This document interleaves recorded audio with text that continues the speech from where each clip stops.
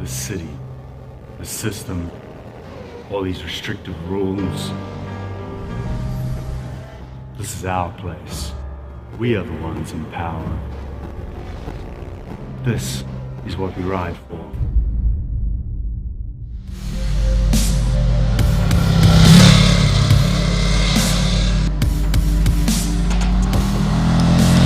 Bonjour, bienvenue sur Motor Live. Aujourd'hui à l'essai, la Ducati Panigale 959. On va l'essayer sur route et sur circuit. C'est parti.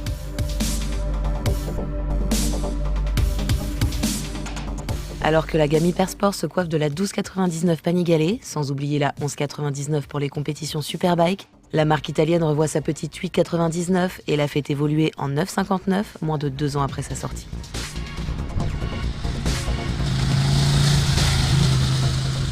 Sur route, on a déjà une bonne position sur cette Panigale 959.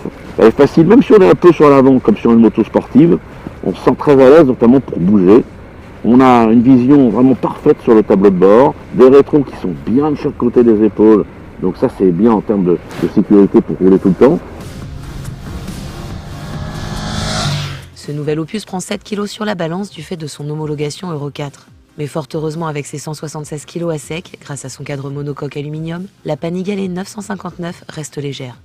Les pots sont très originaux avec la volute arrière passant au-dessus de la roue et les deux sorties façon 90, même avec les Akrapovic homologués présents ici.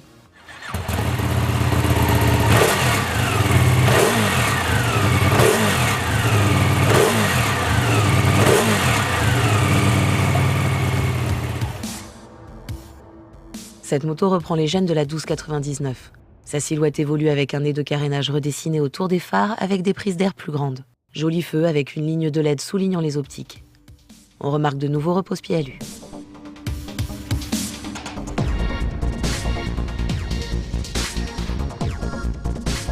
Sur les guidons bracelets, on retrouve à main droite le coupe-contact démarreur, à gauche warning et poussoir mode pour agir sur les nombreux réglages électroniques.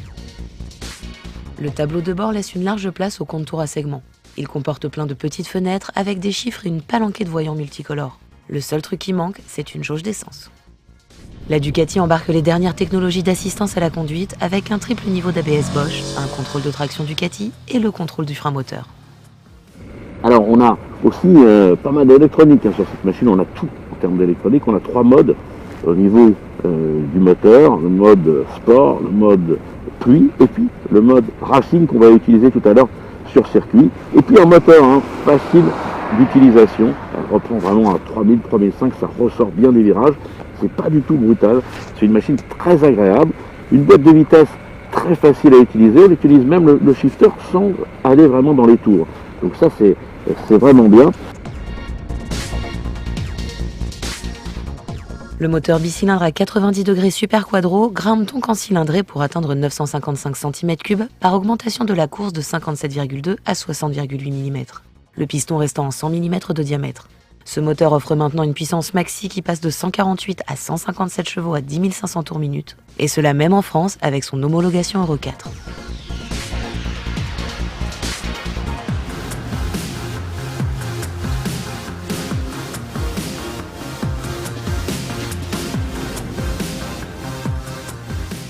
Côté équipement, la Marzocchi de 50 mm de diamètre de la 1299 laisse place à une Showa entièrement réglable de 43 mm de diamètre. L'amortisseur Sachs, déporté sur la gauche, conserve sa bonbonne séparée et ses triples réglages. Le freinage est confié à des disques de 330 mm, pincés par des étriers radio Brembo 4 pistons, M50 monobloc bien sûr. Le mètre cylindre, radial également, procure un excellent feeling au freinage et un dosage facile. L'ABS réglable est aussi déconnectable. Un freinage avec un très très bon feeling, surtout avec le frein avant, on peut vraiment faire ce qu'on veut. Une machine vraiment collée par terre, donc ça c'est vraiment un gage de sécurité. Et puis le bruit du bicylindre Ducati, ça c'est vachement bien, parce que c'est agréable sur les rétrogradages notamment, quand on met le petit coup de gaz, c'est vraiment super.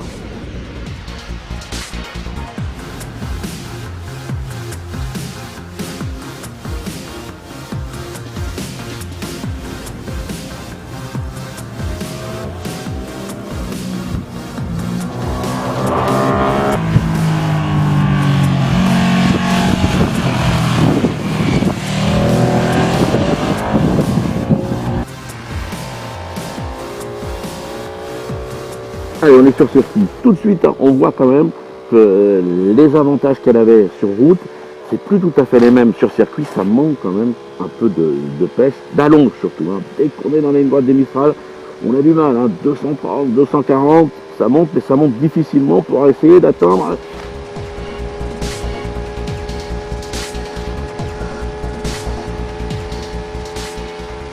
266 au freinage, mais il a fallu du temps hein, pour se lancer. Une machine parfaite sur route, hein, on se sentait vraiment bien protégé, avec pas mal d'atouts. Et là sur circuit, ça manque d'allonge, et puis surtout la protection dans la ligne droite, dans le bout droit. La bulle fait pas du tout son boulot, c'est vraiment infernal. L'étagement de la boîte, une première qui n'existe pas, vraiment une boîte pour rouler sur la route, et on est tout en deuxième, donc on n'a pas une boîte qui est vraiment étagée pour faire des circuits. En termes de tenue de route, elle est vraiment extraordinaire cette machine, elle est facile à changer d'angle, surtout parce qu'on peut bien bouger. Une machine qui va vraiment être plus efficace sur petits circuits, sur tourniquet, avec son agilité, sa taille de guêpe, son poids, plutôt que sa puissance et son allonge, où on est quand même limité par rapport aux 1000 4 cylindres qui vraiment nous doublent avec au moins 30 bornes de mieux dans le boulevard.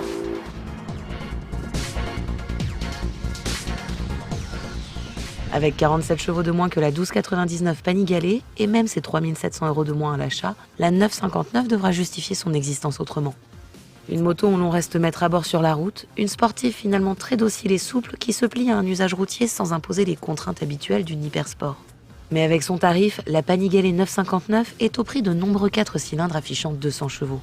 Il faut être épicurien de la sportive pour que la raison et le plaisir passent avant la puissance musculaire pure que l'on affiche bien avant de l'exploiter.